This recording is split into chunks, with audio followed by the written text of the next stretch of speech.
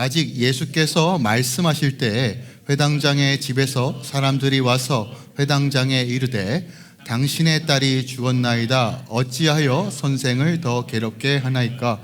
예수께서 그 하는 말을 곁에서 들으시고 회당장에게 이르시되 두려워하지 말고 믿기만 하라 하시고 베드로와 야고보와 야고보의 형제 요한 외에는 아무도 따라옴을 허락하지 아니하시고 회당장의 집에 함께 가서 떠드는 것과 사람들이 울며 심히 통곡함을 보시고 들어가서 그들에게 이르시되 너희가 어찌하여 이 아이가 죽은 것이 아니라 그들이 비웃더라. 예수께서 그들을 다 내보내신 후에 아이의 부모와 또 자기와 함께한 자들을 데리시고 아이 있는 곳에 들어가사 그 아이의 손을 잡고 이르시되 달리다고 하시니 번역하면 곧 내가 내게 말하노니 소녀야 일어나라 하심이라.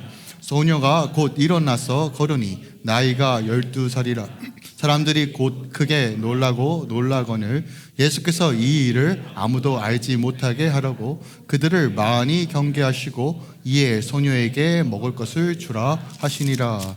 아멘. 하나님의 말씀입니다. 자, 오늘 두려워하지 말고 믿기만 하라라고 하는 예수님의 그 선포와 선언을 가지고 오늘 이 본문 말씀을 좀 함께 살펴보기만 해요. 그리고 제가 부제목으로 절망에서 부활로 향하는 믿음의 여정이라고 지었어요. 우리의 믿음의 여정의 완성은 주님을 뵙는 것입니다. 주님 앞에 서는 거예요. 그때는 우리가 다 부활할 채로서 주님 앞에 설 것입니다. 그러니까 우리의 삶은 결국 믿음으로 취해서 믿음으로 완성을 향해 주님과 함께 영원히 거할 그 나라를 향해 걸어가는 여정입니다. 하지만 우리가 그때만 우리의 삶의 부활을 경험하는 것이 아니라 주님은 우리 삶 가운데 날마다 그 부활을 경험하길 원하시고 하나님 나라의 복을 누리길 원합니다. 그래서 오늘 어떻게 보면 절기적으로 된 종료 주일이고 예수님께서 예루살렘을 입성하시고 그리고 성금요일 날 돌아가시고 다음 주 이제 주일날 부활 안식일 첫날에 부활하시죠. 그래서 이 일주일 동안 우리가 고난 주간에 묵상하면서 제가 금요일 날도 아마 그런 권면을 했던 것 같아요. 이번 한 주는 좀 미디어 금식을 하길 원합니다 라고 하는 거예요. 물론 우리가 다양한 방식으로 우리가 금식하고 어떤 것을 금요할 수 있지만 우리의 마음과 생각을 빼앗는 가장 대표적인 어떤 요소가 뭘까 했더니 이제 보는 거, 미디어의 영역이더라고요. 그래서 여러분들에게 한 번 더 좀 권면해 드리는 것은 이번 한 주 굳이 뭐 이렇게 봐야 되는 것들이 있어요. 봐야 하는 직업을 가지고 계신 분, 그죠? 컴퓨터를 보고 있는데 어떻게 컴퓨터를 끌 수 있겠어요? 그런데 이제 미디어, 그러니까 쓸데없이 폭삭 사과수다 뭐 이런 거 말고요. 이런 거 말고, 저는 아직 시작 안 했습니다. 참고로. 근데 이런 거 말고 우리가 조금 잠깐 유튜브도 좀 잠깐 멈추고 너무 어지럽잖아요, 그죠? 들리는 소문 이런 거 잠깐 잠재우고 그 시간에 우리 함께 좀 하나님 말씀 보면서 이번에 묵상하면서 특별하게 저는 이제 오늘 야이로가 예수님께 간구하는 내용 그리고 그 딸을 고치기 위하여 가는 그 여정 중에 일어난 이 사건을 통해서 우리가 어떻게 보면 이 절망이라는 이 요소 속에서 두려움이라는 이 요소 속에서 함께 부활을 경험하는 삶의 여정을 함께 이 관점에서 오늘 말씀을 함께 좀 살펴보려고 합니다. 그래서 이 관점으로 오늘 함께 이 말씀 속으로 들어가 봅시다. 제가 이번 주 화요일에 어떤 사건이 있었어요. 정말 생각하고 싶지도 않고 다시 좀 떠오르기도 쉽지 않은 어떤 순간인데 그게 뭐냐면 제가 이제 요즘 이제 조금 바빠요. 저희 아내도 바쁘고 해서 제가 아이를 좀 챙겨야 될 일이 좀 많이 생겼어요. 그래서 화요일 날 아이들이 퇴근한다는 거죠. 학교에서 돌아왔다는 거죠. 그리고 우리 둘째를 또 데이케어에서 또 이제 퇴근시키고 집에 왔습니다. 그래서 대략 시간이 한 5시 정도 됐어요. 그래서 아이들에게 좀 뭘 먹여야 되니까 또 제가 한 요리 합니다. 저희 쿵짝쿵짝 2층에서 부엌에서 뭘 만들고 있었어요. 근데 갑자기 우당탕탕탕 큰 소리가 나는 거예요. 이게 예사 소리가 아닌 겁니다. 평상시에 그런 들었던 사고 치는 수준의 소리가 아니라 뭔가 무너지는 지진이 나는 줄 알았어요. 그래서 제가 놀래가지고 먼저 누아를 찾았죠. 누아야! 그랬더니 밑에서 아래층에서 왜 그러는 거예요. 무슨 일 없니? 그러는 거예요. 그랬더니 없는데 그러는 거예요. 근데 그 순간 등골이 약간 오싹한 거예요. 그래서 냈다 3층으로 뛰었습니다. 그리고 3층을 뒤적거리는데 저희 아들 이 문이 열려 있었거든요. 보는 순간 제가 순간 이렇게 오마주라고 하죠. 이렇게 갑자기 뭐 순식간에 여러 가지 막 일들이 떠오르는데, 왜냐하면 그 제 키만한, 이제 어깨 높이만한 애슐리에서 산 하얀색 그 캐비넷 옷장, 서랍장 5단짜리 서랍장이 쓰러져 있는 거예요. 그리고 아시죠? 쓰러지고 이제 서랍이 다 밑에 떨어진 게 바닥에 그냥 된 상태예요. 그러니까 제가 떠오르는 뉴스들이 떠오르더라고요. 아이들이 올라가다가 쓰러져서 죽었던 사건들이 많죠. 그런 이슈들. 이게 막 떠오르는 거예요. 막 제가 이게 너무 놀라서 그냥 그 옷장을 들어올렸어요. 근데 기운이 없으니까 그래서 막 올렸어요. 올리고 떨어져 있는 그 서랍장이 바닥에 있는 거 올렸는데 애가 없는 거예요. 이게 더 저한테 너무 황당했어요. 이게 그냥 쓰러질 일은 없잖아요. 분명히 아이가 서랍장 열고 뭘 끄집어내기 위해서 올라가다가 쓰러진 거잖아요. 그래서 제가 미친 듯이 누에리를 불렀어요. 누에라, 누에라, 누에라. 저는 그 시간이 너무 긴 시간이었는데 아무래도 1분이 안 됐을 것 같아요. 누에라 하는데 대답이 없어요. 누에라, 누에라, 어딨니? 그랬는데 갑자기 한참 후에 저 바닥에서 아빠 그러는 거예요. 그러더니 침대 밑 저 구석에 이렇게 숨어서 이렇게 웃어요. 그래서 내가 나와서 빨리 나와 하고 막 다친 데 없어 하고 꼭 끌어 안았는데 그때서야 울더라고요. 아빠 울더라고요. 그 순간 정말 다이나믹했어요. 두려움, 공포, 안도, 감사, 이 복합적인 감정이 오는데 주체가 안 되더라고요. 주체가 안 돼요. 여러분, 우리 삶 가운데 어떤 두려움의 영역, 공포의 영역을 경험하신 분들이 계시죠? 안 두려워야지, 이런 일이 안 일어나야지 하지만 너무나 불쑥불쑥 찾아오는 감정들이죠. 이런 두려움이라는 감정. 물론 이제 두려움이라는 것은 실체가 없다고 말하지만 마치 실체가 있는 것보다 더 강력한 힘을 발휘하는 것이 이 두려움의 영역이죠. 그래서 이 두려움의 영역이 우리 안에 찾아오면 어떤 이성적인 판단이 마비되고 이 문제 앞에 갇히게 되는 힘을 가지고 있어요. 그래서 두려움은 때론 우리의 논리보다 강력한 힘을 발휘합니다. 우리는 두렵지 않기 위해서 참 많이 노력하잖아요. 경험을 쌓고 공부를 하고 어떤 것에 대해서 뭐 훈련도 받고 하잖아요. 그죠? 하지만 막상 이 현실에 이 두려움 가운데 놓일 때 이것을 컨트롤하는 것이 결코 쉽지 않아요. 그런데 성경에서 일괄적으로 우리에게 선언하고 선포하는 게 있어요. 뭐냐면 두려워하지 말래요. 아니, 누가 두려워하고 싶지 않냐고요. 그런데 주님은 늘 동일하게 말하는 건 두려워하지 말라요. 근데 그 다음 단어가 더 중요해요. 하나님을 믿으라 라고 말합니다. 자, 그러니까 이 두려움이라는 것을 극복하기 위해서는 두렵지 않아가 아니라는 거예요. 두렵지 않게 하기 위해서 훈련하는 방식이 아니라는 것입니다. 우리 안에 두려움을 극복하는 이 힘은 믿는 거예요. 그런데 무엇을 믿는가가 중요하다는 거예요. 만약에 불완전한 것을 믿으면 결국 우리는 또 다른 두려움 가운데 쌓일 수밖에 없어요. 우리는 돈을 신뢰하고 믿기 때문에 돈을 벌죠. 왜요? 돈이 있으면 우리의 두려움이 극복할 것 같으니까. 그죠? 그것을 다른 말로 우리는 안위와 행복이라고 해석할 수 있겠죠. 하지만 돈이 있을 땐 괜찮은데 돈이라는 게 늘 있나요? 없기도 하고, 없다가도 있는 게 돈이잖아요. 그러면 더 큰 어떤 세력에 의해서 내 두려움은 증가되기도 하고 감소되기도 해요. 근본적인 해결이 아니란 말이에요. 건강은요. 건강 영양증 계신 분 계시죠? 그죠? 그렇다고 이제 열심히 운동도 하고 정신 차리고, 저도 이제 디톡스하고 이제 삶이 많이 나아졌어요. 이게 얼마나 놀라운 은혜인지 모르겠어요. 그런다고 제가 주님께서도 여태까지만 살아라 라고 하는데 주님 아닙니다, 내가 하루라도 더 늘릴 수 있나요? 안 되는 겁니다. 그죠? 우리는 언제든지 이 죽음이란 두려움 앞에 설 수밖에 없어요. 그런데 성경은 명확하게 말해요. 두려워하지 말라라고 말합니다. 그리고 하나님을 믿으라. 즉, 내 믿음의 대상에 따라서 이 두려움의 극복 차이가 확연하게 달라진다는 것이에요. 즉 큰 존재, 완전한 존재에 우리 신뢰와 믿음을 둘 때 두려움이 아니라 소망을 바라볼 수 있다라고 명확하게 선포합니다. 이것이 복음이라는 거예요. 이것이 복음이라는 거예요. 여러분, 복음은 절대로 막연하지 않습니다. 명확한 방향을 제시합니다. 하나님을 믿을 때 두려움이 깨진다는 것이에요. 자, 오늘 본문은 두려움 가운데 갇혀 있는 사람들의 모습들이 보입니다. 두 사건이 기록되어 있는데, 하나는 회당장의 딸이 죽음에서 고침을 받는 사건, 그리고 그 사건이 쭉 이어지고 있는 중에 하나의 사건이 쑥 하고 들어와요. 그 사건이 바로 12년 동안 혈뇨병을 앓고 있는 이 여인의 치유 사건이 기록되어 있습니다. 자, 이 두 사건은 별개의 사건 같지만 마가는 아주 핵심적인 것과 공통된 이야기를 합니다.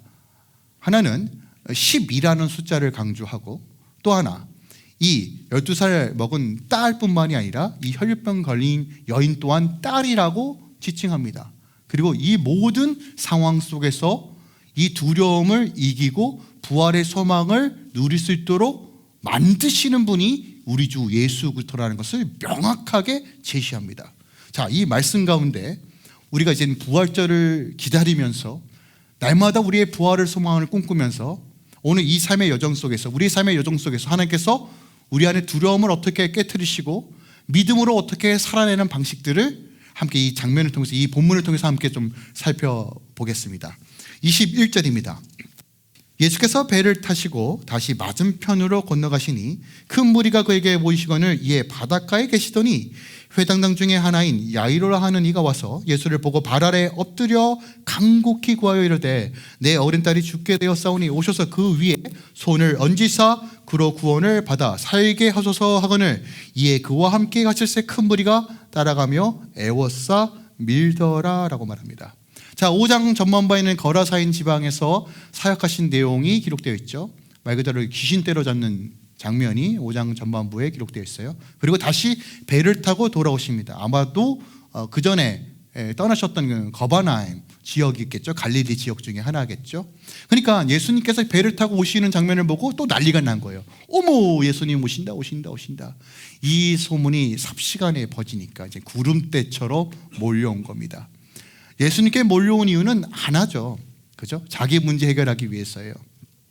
수많은 병자들이 주님께 안수기도 한번 받으면 인생이 구원이 있다는 것을 믿기 때문에 몰려오기 시작합니다. 그러니까 주님께서 배에서 딱 내리는 순간 사람들로부터 우겨싸짐을 당하게 돼요. 주님, 머리털 하나라도 주님, 옷자락 하나라도 주님, 그러니까 이런 난리가 난 겁니다. 근데 그때 한 인물이 등장하죠. 그 인물은 바로 회당장 야이로예요. 자, 마을마다 회당이 있습니다. 그 회당을 관리하고 또 이끌어가는 회당장이 있어요. 근데 이렇게 이해하시면 좋을 것 같아요. 당시 유대 공동체와 그리고 그 지역사회에서 회당장은 어마어마한 사회적 위치와 존경과 그리고 권세를 가지고 있던 자리입니다. 그러니까 일종의 마을회관이라고 말할 수 있지만 아니요, 그 정도 수준이 아니라 제가 좀 가름하면 오늘날 국회의원 정도라고 좀 이해하시면 될 것 같아요. 그의 말 한마디에 정말 동네의 모든 결정들이 이루어지고 그의 가르침 하나에 어떤 신앙적인 어떤 요소들이 옳고 그름이 판단이 날 정도로 그렇게 영향력이 있었던 사람이에요. 존경을 받았던 사람입니다. 자, 야이로라는 이 이름의 뜻은 히브리어로 그가 비추리라, 빛을 비춘다, 빛을 밝힌다, 빛을 비추게 하다라는 의미를 가지고 있어요. 그러니까 어두운 상황에서 빛을 비추는 자라는 의미를 가지고 있는 뜻이 야이로입니다. 그러니까 어떻게 보면 회당에서 하나님의 말씀을 증거하고 그 당시 모든 사람들의 행정적 요소와 종교적인 일들을 감당했던 것은 어떻게 보면 하나님의 빛을 그의 삶을 통해서 드러내는 자리라고도 우리가 좀 이해하면 좋을 것 같아요. 그런데 지금 이 사람이 한 문제에 맞닿게 되는데 그 문제가 무엇이냐? 지금 하나밖에 없는 자기 딸, 하나밖에 없다라고 좀 가정해 보겠습니다. 왜냐면 다른 기록이 없으니까요. 12살 된 자기 딸이 지금 죽어가고 있는 문제에 봉착한 거예요. 정말 아이러니한 상황이에요. 왜냐하면 여러분, 빛이라는 건 생명의 근원이잖아요. 아닌가요? 그러니까 이것을 다르게 해석하면 생명을 전달하는 자, 빛을 통해서 사람들에게 생명으로 인도하는 역할을 하는 자가 야이로예요. 근데 실상은 자기 딸 하나 구원하지 못하는 상황인 겁니다. 자, 이 장면은요, 정확하게 당시 유대 사회의 영적 상태와 삶의 모습을 보여주고 있어요. 야이로는 당시 유대교를 대표하는 인물입니다. 종교에 갇혀서 주님과의 인격적인 관계가 다 끊어진 채 그저 율법에 매여서 살아가고 있는 자들, 빛을 드러나야 하지만 여전히 죽음 앞에서 두려워하고 있는 그 당시 유대인들의 삶을 보여주고 있어요. 더 나아가 여러분, 빛을 드러내는 것은 누구의 정체성인가요? 성도의 정체성이에요. 우리는 빛과 소금이라고 말해요. 근데 여러분 기억하세요. 이 빛이 닫히고 빛의 역할을 감당하지 못하는 요소가 뭐라고 오늘 성경에 말하는 거냐면 두려움이다라고 말하는 거예요. 내가 하나님의 자녀로 살아가지 못하도록 철저하게 막고 차단하고 억압시키는 그 힘이 두려움이라는 거예요. 그래서 성경은 끊임없이 두려워하지 말고 하나님을 믿으라라고 얘기하는 겁니다. 세상 소리, 주님 저도 두려워하지 않고 싶어요 라고 하지만 주님은 여전히 명확하게 말해요. 두려워하지 않는 방식이 하나님을 믿는 것이다 라는 거예요. 오늘 그 내용을 계속 이 야이로라는 이 인물을 통해서 그가 처했던 이 사건을 통해서 마가는 계속 우리에게 제시하고 있는 것입니다. 그러므로 우리가 주님을 주님으로 바라보지 못하고 우리의 믿음이 약화될 때 두려움이 우리의 삶을 이끌어가기 시작하고 두려움이 우리의 삶을 이끌어갈 때 우리는 성도로서 빛의 사역을 감당할 수 없다라는 것이에요.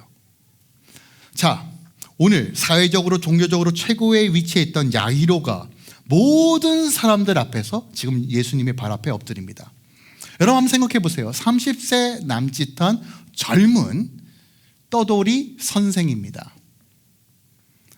어떻게 보면 검증도 좀 안 됐어요.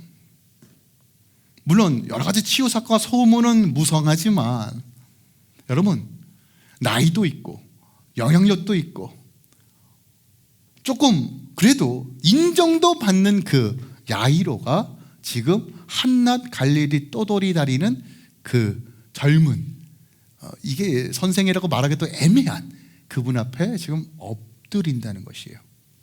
마태복음에 보니까 경배했다라는 표현을 씁니다. 절했다라는 표현을 써요. 유대 문화에서 누군가의 발 앞에 엎드린다는 것은 한량없는 예외와 존경을 의미해요. 왜 그랬을까요? 딸을 살려보겠다고. 그죠? 부모라면 누구든지 공감할 내용입니다. 자신의 자녀가 지금 죽어가고 있어요. 아니 죽음의 문턱 앞에 있을 때 부모는 뭐든지 할 수 있습니다. 그러니까 어떻게 보면 육체적으로는 어떻게 보면 발버둥이지만 영적으로는 지금 예수님에 대한 능력에 대한 믿음의 표현이라는 것을 우리가 알 수 있어요. 특별하게 손을 얹어달라고 간구합니다. 오늘 보니까 어린 딸이 죽게 되었사오니 23절에 그의 위에 손을 얹으사 그로 구원을 받게 하소서라고 표현하고 있어요. 자, 이게 왜 중요하냐면 구약의 개념에서는 무엇인가 손을 얹는 개념은 두 가지뿐입니다. 뭐냐면 죄에 대한 정가와 축복과 임명에 대한 개념 때만 손을 얹어요. 그러니까 병을 고칠 때 손을 얹는 일은 없습니다. 율법에도 기록되어 있지 않아요. 그런데 예수님께서 활동하셨을 때 치유 사역에서 수많은 사람들에게 손을 얹고 기도하셨던 것 같아요. 그러니까 이게 왜 이해가 되냐면 12년 동안 혈류병 걸린 여인이 왜 예수님의 옷자락에도 만지려고 했는지가 이제는 이해가 됩니다. 그러니까 예수님의 옷자락을 만지게만 해도 치유 사건이 일어났다는 것을 알 수 있어요. 그러니까 예수님 시대부터 새로운 역사들이 시작된 거예요. 왜냐면 그 당시 율법에는요 병든 것은 부정하다고 생각했기 때문에 굳이 손을 대지 않았단 말이에요. 근데 주님께서 친히 이제 만지시기 시작합니다. 이게 무엇을 의미하냐면 너희들이 말씀의 이론적 생각으로만 알고 있지 나는 생각으로만 말만 하는 하나님이 아니라 만지는 하나님이라는 거예요. 그리고 그 하나님이 지금 우리 삶을 계속 만지시고 계신다라고 말하고 있는 거예요. 그럼 누구를 만지시냐는 거예요. 누구를 회복하게 원하시냐는 거예요. 누구를 절망에서 끄집어 소망으로 인도하시길 원하냐는 거예요. 그게 오늘 마가가 우리에게 말하고자 하는 것이란 말이에요. 예수님 앞에 무릎을 꿇고 손을 얹어 구원해 달라고 하는 이 사건. 그러니까 야이로는요 이런 겁니다. 두렵죠. 자신의 딸을 잃어버릴까 그 공포 가운데 사로잡혀 있습니다. 그럼에도 불구하고 주님의 능력에 대한 이 간절함과 그 믿음이 이 두려움을 이기고 있는 것이에요. 우리가 살아가는 방식이 이와 같다는 것입니다. 이 사건은 2000년 전에만 있었던 사건이 아니라 여전히 이 땅 가운데 두려움과 공포와 절망과 상실의 이 시대 속에서 우리가 어떻게 살아갈 것인가에 대한 정확한 매뉴얼과 길을 제시하고 있다는 것이에요. 두려움 가운데 있을 수밖에 없는 우리의 삶, 문제 앞에서 두려워할 수밖에 없는 우리의 현실 속에서 주님은 여전히 우리에게 말씀하십니다. 두려워하지 말고 믿기만 하라예요. 자, 예수님께서 함께 가시자고 말하였어요. 그리고 아마 야이로에겐 어느 정도의 어떤 안도감이 있었을 겁니다. 아, 이제 주님이 가시면 우리 딸 낫겠구나. 정말 1분 1초가 정말 촉박한 그 시대, 그 시간 속에서 정말 예상치 못했던 하나의 사건이 쑥 하고 들어옵니다. 야이로에게는 어떻게 보면 최악의 시나리오가 벌어진 거예요. 지금도 사람들이 많아서 가는 것이 더딘데 아예 더디는 것이 아니라 멈추는 사건이 벌어지는데 그 사건이 바로 12해 동안 혈류병에 걸렸던 여인이 지금 예수님 앞에 그 사건 가운데 쑥 하고 들어옵니다. 25절입니다. 12해를 혈류증으로 앓은 온 한 여자가 있어 많은 의사에게 많은 괴로움을 받았고 가진 것도 다 허비하였을 때 아무 효력이 없고 도리어 더 중하였던 차에라고 말합니다. 자, 오늘 12년 동안 혈류증 걸렸던 여자가 나옵니다. 혈류증이라는 건 지속적으로 피가 나오는 질병이에요.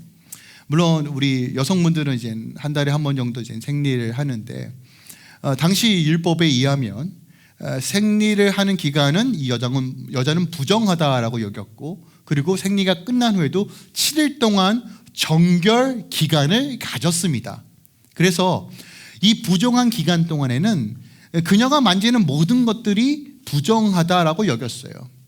이 의미는 뭐냐면 그 기간 동안에 철저하게 이 여자는 고립되고 소외되었다는 것이에요. 모든 관계가 끊어진 상태가 되었다는 것입니다. 그런데 지금 몇 년 동안이요? 12년 동안. 12년 동안 정결의식을 했을까요? 못했을까요? 못했다는 거예요. 단 한 번도 거룩함을 받았다라고 인정받은 적이 없어요. 12년 동안에요. 그러니까 저는 실질적으로 이 여인이 늘 피가 빠지기 때문에 몸은 피폐해지고 완전 깨어진 상태지만 그것보다 더 그녀를 힘들게 했었던 것은 아마도 절망과 소외감이었을 거예요. 가족도 그녀와 함께 할 수 없어요. 여러분, 살아있는데 죽은 것과 같은 상황이었다는 거예요. 또한 이것을 치유해 보려고 별의별 노력을 다 했습니다. 제가 자료를 찾아보니까 바벨론의 민간요법부터 탈레무드의 민간요법 한 수십 개가 적혀 있더라고요. 개구리 피를 배꼽에 두기도 하고 하여간 이상한 이야기도 이걸 했을까요, 안 했을까요? 다 했을 겁니다. 살아보려고요.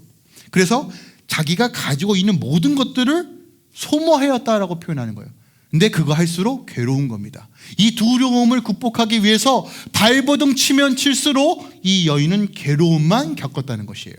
그리고 본문에 보니까 26절에 더 중하였더라. 이게 무슨 의미냐면 이제 곧 죽을 날만 기다리고 있는 상태였다라는 것이에요.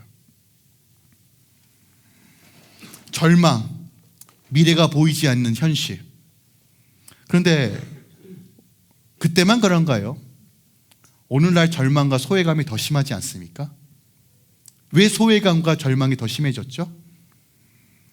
전 스마트폰 때문이라고 봅니다. SNS, 그죠? 서로 소통하고 교제하기 위해서 생겼던 이 통신, 메신저, 네트워크 시스템이 오히려 사람들을 더 고갈시키고 소외시켜요.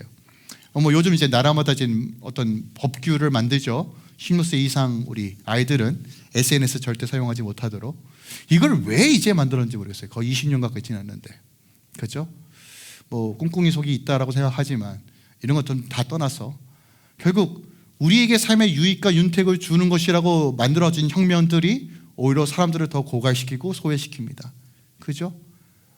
더 분리를 시키고 갈라놓습니다. 이런 상황들 속에서 여러분, 우리들의 자녀들의 미래가 밝아 보입니까? 어두워 보입니까? 잘 모르겠어요? 깜깜해요? 네, 깜깜해요. 저도 깜깜합니다. 깜깜합니다. 그러니까 여러분, 이 사건은 그냥 2000년 전에만 있었던 사건이 아니라 여전히 현실적으로 우리에게 레마로서 우리에게 주시는 말씀이에요. 우리가 노력하면 노력할수록 두려움은 우리를 사로잡기 시작합니다. 애쓰면 애쓸수록 주를 믿는 믿음의 방식이 아니라 내 스스로 내 힘으로 극복하려고 하는 모든 수고와 애씀은 결국 우리를 공포와 두려움 가운데 매이게 한다라는 것이에요. 특별하게 당시 유대 사회는요, 남자들이 이렇게 기도했어요. 하나님, 제가 여자로 태어나지 않은 것을 감사합니다. 그만큼 여자는 소외계층이었고 격리 대상이었고, 또한 그들이 여성들이 이 혈류, 생리와 이 피 흘림은 결국 정말 부정한 것 중에 부정한 취급을 받았어요. 근데 이런 상황 속에서 보세요. 이 여자의 선택은 가만히 있어도 죽는 것이고 예수님을 보기 위해서 가는 것도 죽는 행위입니다. 뭘 해도 죽는 행위예요. 기운도 없으니까. 그 사람 인파 속에서 예수님의 옷자락을 만지는 것 자체가 정말 어떻게 보면 죽는 행위랍니다. 근데 오늘 이 여인이 이렇게 결단해요. 27절에 예수의 소문을 듣고 무리 가운데 끼어 들어와서 그의 옷에 손을 대니 이는 내가 그의 옷에만 손을 대어도 구원을 받으리라 생각함이로라. 여러분, 이게 되게 중요합니다. 예수에 대한 소문을 들어요. 무슨 소문을 들었을까요? 주님이 병을 치유하신다. 이 한 단어가 그 여인의 모든 삶을 뚫어버립니다. 이리 주거나 저리 주거나 내가 예수님 옷이라도 만지고 죽겠다는 거예요. 그런데 이 여자는 죽는다는 것이 아니라 뭐예요? 구원을 받는다라고 믿었어요. 현실에 처한 두려움의 공포를 이기는 방식은 여러분 기억하세요? 복음을 듣는 겁니다. 다른 방식 없어요. 다시 제가 명확하게 말씀드리겠습니다. 말씀을 들을 때 두려움을 이기는 겁니다. 여러분들이 주님 앞에 그 말씀을 여러분의 영혼을 새기는 순간이 두려움을 이기고 승리로 나아가는 유일한 방식입니다. 주의 말씀을 듣지 않으면 절대로 여러분 그 두려운 상황에서 이겨낼 수도 극복할 수도 없습니다. 듣지 않는데 어떻게 믿음이 생겨요? 그죠? 여러분, 너무 대가 없이 모든 것을 취하려고 하지 마십시오. 생명의 주가 여러분의 삶을 이끌어가지 않으면 여러분 소망 없습니다. 오늘날 우리가 처하고 있는 이 절망과 소외와 이 공포와 두려움의 영역에서 유일한 방식은 주의 말씀을 듣고 믿음으로 반응하는 것입니다. 두려움은 때론 논리보다 강한 감정이에요. 하지만 믿음은 논리보다 더 강한 신뢰의 영역입니다. 그녀가 믿음으로 반응한 결과가 무엇입니까? 29절이에요. 이에 그의 혈류 근원이 곧 마름에 병이 나은 줄을 몸에 깨닫다. 아파 보신 분들은 알아요. 조금만 좋은 영양제만 들어가도 몸이 막 혈이 도는 느낌을 경험합니다. 즉각적으로 알았어요. 아, 혈류의 근원이 말랐구나. 아, 혈기가 도는구나. 기운이 돋는구나. 를 본능적으로 알았어요. 여러분, 기억하세요. 하나님의 나라는 누구에게 주어진다고 성경에서 말하냐면 침노하는 자들이에요. 그냥 배나오라 감나라라 그냥 아유 이게 좋사오니 주님 주시오 이게 아니에요. 여러분, 절대로요. 침노한다, 침탈하는 자, 갈망하는 자, 목마른 자에게 하나님께서 복을 허락해 주시는 거예요. 여러분, 대충 신앙생활 하지 마십시오.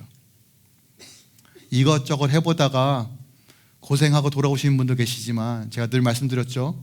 고생해서 돌아가나 빨리 돌아가나 둘 중에 하나라고. 주님의 손에 붙들려 있는 자들, 여러분 갈망하시고 목마르시고 주의 말씀을 채우시길 사모하세요. 우리 살아가는 모든 방식들은 두려움을 이기는 방식이고 믿음으로 반응하는 방식이에요. 침노하는 자에게만 하나님의 역사가 나타나요. 여러분, 그 당시 예수님의 옷자락을 만진 사람이 얼마나 많았을까요? 예수님이 사람들로부터 둘러싸입니다. 막 갈 때마다 치고받고 예수님 막 머리털 막 옷자락 어머 예수님 뒤태봐 이런 사람이 얼마나 많았겠어요. 수백만 수천만이 예수님의 옷자락을 스쳐갔을 겁니다. 일부러 만진 사람도 있었을 거예요. 그런데 왜 이 여자에게만 역사가 나타나는 거예요? 자, 30절에 예수께서 그 능력이 자기에게 나간 줄을 알고 곧 스스로 아시고 무리 가운데 돌이켜 말씀하시 누가 내 옷을 손을 대었느냐라고 물어요. 예수님께서 찾으시는 사람은 명확해요. 주님께서 지금 구원을 베풀길 원하는 사람은 명확합니다. 누구에게요? 믿음으로 나아가는 자예요.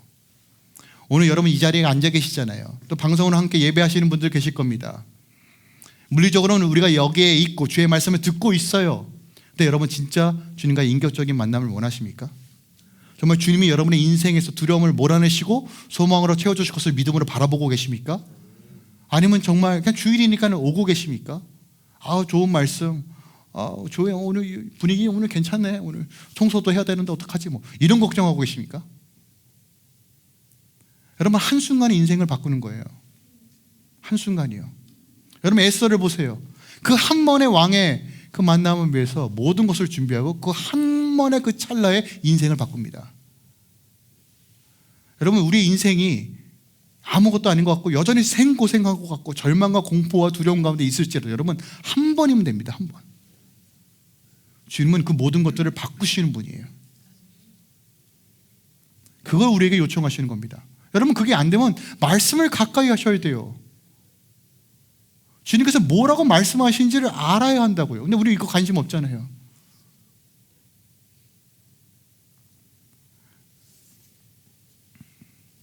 여러분 보세요. 오늘 이 상황 가운데 동일한 상황과 동일한 환경 가운데 있는데 제자들이 어떻게 반응하는지 보세요. 31절에 제자들이 여짜오되 무리가 에워싸 미는 것을 보시면 누가 내게 손을 대었느냐 물으시니까 하네. 예수님 지금 그게 무슨 소리입니까? 지금 얼마나 많은 사람들이 예수님 손 댔는데요. 지금 상황을 보세요. 손 안 대는 게 더 이상한 거 아닙니까? 현실만 보고 있어요. 여러분 현실만 보면 두려움은 더 커져요. 문제에 집중하면 우리 안에 공포와 두려움이 사로잡기 시작합니다. 여러분 그걸 아셔야 돼요. 그래서 하나님을 믿으라고 말하는 거예요. 지금 눈에는 보이지 않아요. 하나님의 역사하심이 느껴지지 않아요. 그래도 이 문제에 주목하면 우리는 두려움 가운데 사로잡힐 수밖에 없어요. 분석한다. 두려움을 극복하기 위해서는 분석도 해야 되고 공부도 해야 되고 경험도 쌓아야 되고 현실을 직시해야 되고 이래 해서 내 안에 두려움이 쌓이는구나. 여러분 머리 굴리지 마세요 제발. 하나님을 믿을 때만이 두려움은 깨지는 거예요. 이게 우리의 인간의 한계와 인식체계의 제한된 모습을 제자를 통해서 제시하고 있는 거예요. 여러분 명확하게 성경은 선포합니다. 현실이 아니라 하나님이 하실 일들을 보는 거예요. 잘 안 되죠? 그래서 들어야 하는 거예요. 말씀을요. 다시 말씀드립니다. 현실에 집중하면 두려움밖에 없어요. 하지만 믿음은 현실이 아닌 하나님의 일하심을 갈망할 때, 그래서 믿음은 어떤 이념체계가 아닙니다. 믿음은 태도와 자세예요. 믿음은 태도와 자세입니다. 주를 향한 태도와 자세예요. 주를 신뢰하는 우리의 믿음의 결단이에요. 수많은 인파 속에 주님께서 누구를 찾으십니까? 그래도 연약해요. 피가 다 쏟아졌어요. 기운 하나 없어요. 죽음만 기다리고 있어요. 그런데 그녀는 포기하지 않고 어떻게 해서든 그 사이를 비집고 들어가 그 찰나에 예수님의 옷자락을 만져요.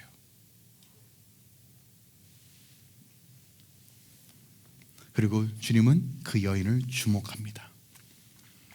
보세요. 33절. 여자가 자기에게 이루어진 일을 알고 두려워하며 떨며 와서 그 앞에 엎드려 모든 사실을 여쭈니라고 말합니다. 즉각적인 치유를 통해서 경험되어지니까 그녀 안에 두려움이 밀려와요. 근데 여러분, 여기서 말하는 두려움은요, 세상적인 두려움을 말하는 게 아니에요. 하나님을 향한 두려움이 임하기 시작하는 겁니다. 여러분, 이게 경외예요. 세상은 우리를 더 절망가운데 몰아내지만 마땅히 두려워할 존재를 두려워하기 시작할 때 우리 안에 기적이 일어나요. 특별하게 우리가 주목해야 될 단어는 사실이라고 번역된 이 단어입니다. 사실은 팩트를 말하는 게 아니에요. 여기서 말하는 사실한 이 헬라어 단어는 또 어디서 쓰였냐면 요한복음에 진리를 알지니 너희가 진리를 자유롭게 하리라. 나는 길이요 진리요 생명이다 라고 할 때 이 진리가 이 단어입니다.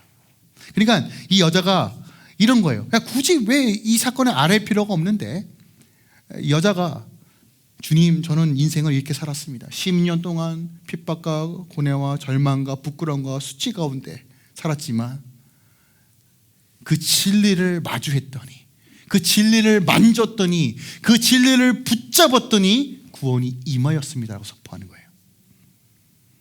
여러분, 인생이 12년 동안 혈류병 같은 인생입니까? 해도 안 돼요? 안 돼요? 주님께서 일하실 때입니다.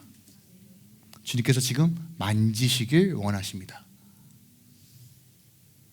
제가 이 본문 말씀을 가지고 제가 마가복음 1장에 잠깐 나눈 적이 있어요. 혹시 여러분 이중전가, 더블 트랜스퍼라는 이 단어 기억나시죠? 자, 이 여인이 치유되었던 원리가 뭐라고 말씀드렸어요? 만지심으로 이 여자의 부정함이 예수님께 트랜스퍼되고 주님의 완전하심이 이 여인에게 트랜스퍼되었기 때문에 치유되었다라고 말해요. 여러분, 두려움의 영역도 같은 원리입니다. 나 여전히 두렵습니다. 두려움을 피해가고 싶은 두려움을 어떻게 피해갑니까? 순식간에 찾아오는 이 두려움, 걱정과 근심을 어떻게 몰아내요? 근데 여러분 기억하세요? 예수를 믿는다는 건 내 두려움을 주님께 옮기는 거예요. 주님, 저 두렵습니다. 그러나 나의 두려움을 주님께로 옮깁니다. 주님의 완전하심으로 나를 채우세요. 이게 믿음이에요. 이게 믿음이라고요. 그때 주님의 담대함이 임하는 거예요. 이게 우리가 이 땅을 살아가는 방식이라는 것입니다. 그리고 내 안에 하나님에 대한 어떤 의로우심과 주를 향한 경외함, 두려움이 회복되어졌을 때 그 결과가 구원이라는 거예요. 우리 다 구원 원하잖아요. 우리 문제 풀어지길 원하잖아요. 근데 구원이 누구에게 임하느냐? 하나님을 경외하는 자예요. 경외하는 자는 하나님을 마땅히 두려워하는 자들입니다. 마땅히 두려워하는 자다는 건 믿음으로 반응하는 삶이에요. 근데 믿음으로 반응하기 위해서는 어떻게 해야 됩니까? 주님을 붙들어야 돼요. 주님을 알아야 돼요. 그래서 주님의 말씀을 가까이 해야 돼요. 여러분, 이 원리가 꼭 보이시길 부탁드립니다. 지금 당장 내 안에 두려움이 안 깨질 수도 있어요. 그러나 여러분이 믿음을 결단하고 주의 말씀에 가까이 갔을 때 그 역사는 시작되는 것입니다. 부활의 여정이 시작되는 것이에요. 소망의 여정이 시작되는 것이에요. 오늘 이 야이로의 사건과 12년 동안 혈류병 걸린 여인을 통해서 우리에게 보여주고 있는 것입니다. 자, 이 시간 가장 초조하게 기다리고 있었던 한 인물이 나옵니다. 그게 야이로예요. 불쑥 찾아온 이 어떻게 보면 원치 않았던 인물. 근데 주님께서 행하신 이 기적을 보면서 정말 두 마음이 교차했을 거예요. 야, 이제 주님만 가면 우리 딸 낫겠구나. 우리 딸 낫겠구나. 그런데 정말로 생각하고 싶지 않았던 그 사건의 문제가 현실이 되죠. 자, 35절입니다. 아직 예수께서 말씀하실 때, 지금 말씀하고 있을 때요. 그때 회당장의 집에서 사람이 와서 회당장이 이르실 때 당신의 딸이 죽었나이다. 어찌하여 선생을 더 괴롭게 하나이까? 혹시 여러분 그런 경험 있으세요? 아, 주님, 그래도 내가 말씀에 순종해 보겠습니다.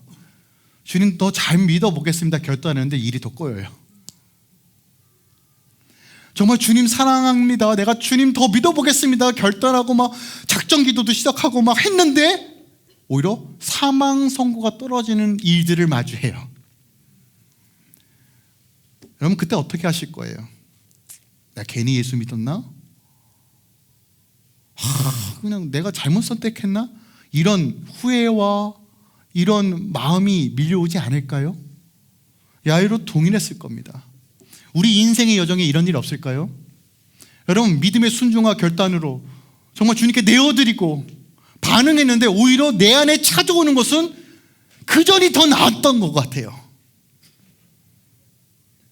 사망 선고가 떨어지는 일들을 마주한다는 거예요.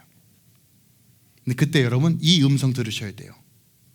36절 우리 함께 읽겠습니다. 36절이에요. 시작. 예수께서 그 하는 말을 곁에서 들으시고 회당장에 이르시되 두려워하지 말고 믿기만 하라 하시고. 지금 주님께서 여러분에게 말씀하고 계십니다. 이 교회에게 말씀하고 계십니다. 뭐라고 말씀하실까요? 두려워하지 말고 믿기만 하라. 나를 믿어라. 나를 믿어라. 제발 나를 붙들어라. 지금 주님께서 다음 단계로 이 아이를 초대하고 계세요. 부활의 영역으로 초대하고 계세요. 여러분 그거 아십니까? 부활은 죽어야지만 부활이 있는 거예요. 대충 죽으면 아직 살아있기 때문에 CPR로 소생하면 돼요. 부활은 완전히 죽을 때만이 부활이 있는 겁니다. 그래서 지금 말씀하시는 거예요. 너의 상황이 죽은 것 같지? 그것 때문에 더 큰 두려움이 찾아오지? 안 되는 것 같지? 기억하렴. 나를 믿어라예요. 그리고 믿었을 때 어떤 실체가 일어나는지가 바로 오늘 본문의 내용입니다. 자, 베드로와 야고보와 요한과 함께 야이로의 딸의 죽은 현장으로 들어가죠. 현실은 뭐예요? 울고 떠들고 하소연하고 난장판입니다. 그런 난장판이 없어요. 죽은 지 얼마 안 됐으니까 얼마나 초상집이겠습니까? 에이고. 수많은 불평과 원망들이 있었을 겁니다. 아유 이제 와서 얘 일찍 와서도 안 됐을 거야. 하여간 이런 엄청난 컴플레인이 쏟아져 나왔을 겁니다. 그런데 주님께서 뭐라고 말씀하세요? 39절 들어가서 그들에게 이르시되 너희가 어찌하여 떠들어 우느냐. 이 아이가 죽은 것이 아니라 잔다예요. 여러분 이 단어 되게 중요해요. 마가가 자주 사용하는 단어예요. 자, 우리가 4장에서 폭풍을 만났을 때 예수님께서 잔다 할 때 같은 단어를 사용합니다. 이 단어 무엇을 전제로 하여 사용하는 단어라고 말씀드렸어요? 부활을 전제로 하는 단어예요. 부활하기 전에 잔다라는 표현이 이 단어입니다. 그러니까 주님께서 동일한 단어를 사용하셨어요. 그러니까 주님의 관점은 지금 뭐예요? 야 너희들 떠들 거 아니야. 얘 지금 자는 거야. 여러분 그때 사람들의 반응이 뭐예요? 비웃었다라고 40절에 기록되어 있어요. 여러분 기억하세요? 세상은 하나님의 말씀을 비웃어요. 야 예수 믿는다고 네 인생 변하니? 예수 믿는다고 네 문제가 해결돼? 예수 믿는다고 네 돈의 문제가, 건강의 문제가 해결되니? 사람들은 늘 해결에만 목적을 둬요. 근데 여러분 복음의 진짜는 부하나 가난하나 있으나 없으나 내 안에 하나님의 나라의 통치와 다스림과 샬롬이에요. 자, 여인에게 뭐라고 말하냐면 됐다라 평안히 가라예요. 이게 구원이라는 거예요. 두려움을 이기는 것이 구원이에요. 여러분 이 세상에서 우리가 우리로서 살아가지 못하도록 가장 강력한 요소가 두려움이라고 말씀드렸어요. 하지만 주님은 이 두려움 가운데 주의 백성들이 질질 끌려가는 인생, 그러다가 주님 보고 주님이 이제 왔어요. 그런 인생 살아가는 것이 원치 않으세요. 이 땅에서 하나님의 나라의 부활을 경험하기 원하세요. 그런데 여러분 단계가 있어요. 여러분 뚫어내시고 믿음으로 반응하셔야 돼요. 비웃음 가운데 주님께서 뭐라고 말씀하시냐면 41절입니다. 그 아이의 손을 잡고 이르실 때 달리다굼, 아람어예요. 제가 설명드릴게요. 성경은, 신학 성경은 그리스어, 헬라어로 기록되어 있습니다. 하지만 그 당시 유대인들이 서로 주고받았던 대화는 다 아람어를 사용했어요. 그러니까 기록은 헬라어로 했는데 말은 아람어로 했습니다. 왜 이런 불편함을 간수했을까? 그 당시 문화가 그래서 그래요. 그런데 일부러 그들이 사용하는 아람어를 기록합니다. 왜 그럴까요? 생동감을 주기 위해서예요. 혹시 여러분 그런 경험 있으세요? 할리우드 영화를 보는데 갑자기 한국말이 들려요. 요즘 이제 한국말이 많이 나오잖아요. 그러면 이제 예전에는 진짜 한국말을 어눌하게 했어요. 어우, 아줌마 떡볶이 좀 주세요. 이게 한국말이야 중국말 잘 모르는데 요즘은 이제 되게 클리어하게 하잖아요. 그죠? 그러면서 야, 여러분 신기하게 영화를 보면서 잘 안 들리는데 한국말은 기가 막히게 듣잖아요. 그죠?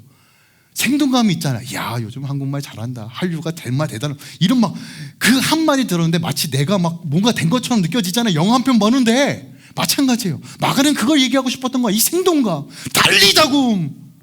지금 창조주가 죽었던 자의 손을 잡고 일으키는 거예요. 지금 주님께서 우리에게 말씀하시는 거예요. 달리자금, 일어나라. 죽음에서 생명으로, 절망에서 소망으로, 두려움에서 자유함으로 오늘 그 역사가 누구에게요? 믿는 자들에게. 이것이 우리가 이 땅에 살아가는 방식이다요. 그리고 아주 중요한 말을 해요. 43절. 예수께서 이 일을 아무도 알리게 하지 마라. 못하게 하고 그들을 많이 경계하시고 이에 소녀에게 먹을 것을 주라 하시니. 굳이 이 말을 왜 넣었을까요, 여러분? 아니, 사람 먹는 거 왜 넣었어요? 뭐 하라는 거예요? 여러분, 부활의 은혜를 누리기 위해서 뭐 하라는 거예요? 먹으라는 거예요. 뭘 먹어요? 예수를 먹어야 돼요. 날마다. 여러분, 이게 무슨 의미인지 아세요? 말씀을 드셔야 된다고요. 자, 말씀을 정리할게요. 야이로의 이 회당장 야이로, 자기 체면 수치 다 버리고 그 젊은 떠돌이 교사인 예수 앞에 엎드립니다. 어떻게 보면 그때부터 이 부활의 여정이 시작돼요. 그런데 그 과정이 어때요? 수많은 인파로 인하여 딜레이가 되고 지체가 되고 예상치 못했던 일들이 벌어집니다. 그리고 마치 이 상황과 환경 때문에 내 삶이 어그러지고 깨진 것처럼 느껴져요. 그리고 심지어 죽었다라는 그 절망과 공포와 두려움 가운데 사로잡힙니다. 근데 주님은 늘 우리에게 한결같이 말씀하세요. 두려워하지 마. 나를 바라봐. 두려워하지 마. 예수를 믿어. 그때 부활을 경험하는 거야 라고 우리에게 요청하시는 거예요. 이게 아버지의 마음이에요. 때로는 12년 동안 혈류병 때문에 고립과 절망과 외로움과 공포 가운데 계신 분도 계실 거예요. 근데 여러분, 우리 안에 어떤 그런 어려움이 없겠어요. 저도 뭐 공황 증상도 있었고 또 극심한 우울증과 외로움도 겪어봤고 소외감도 경험했고 그 가운데서 여러분 치료도 받으시고 상담도 받으셔야 되는데 여러분 핵심적인 건 뭐냐면 예수께 소망을 두는 거예요. 여러분 주의 말씀을 붙잡는 거예요. 이게 본질적 회복으로 나가는 유일한 방식이에요. 우리를 두렵게 하는 수많은 요소를 향해 여러분 담대하게 그럼에도 불구하고 나는 우리 주 예수 그리스도를 믿노라. 여러분 이것이 여러분의 인생을 바꾸는 핵심입니다. 여러분 이번 한 주도 여러분에게 좀 도전을 줍니다. 어떤 두려움이 여러분 삶을 이끌어가고 있습니까? 어떤 공포와 어려움이 자꾸 여러분 삶을 쥐어매고 깨트립니까? 다시 주님께 시선을 돌립시다. 말씀을 붙잡고 나아갑시다. 그 산소망하신 예수께서 부활의 영광으로 채워 주실 것입니다. 할렐루야.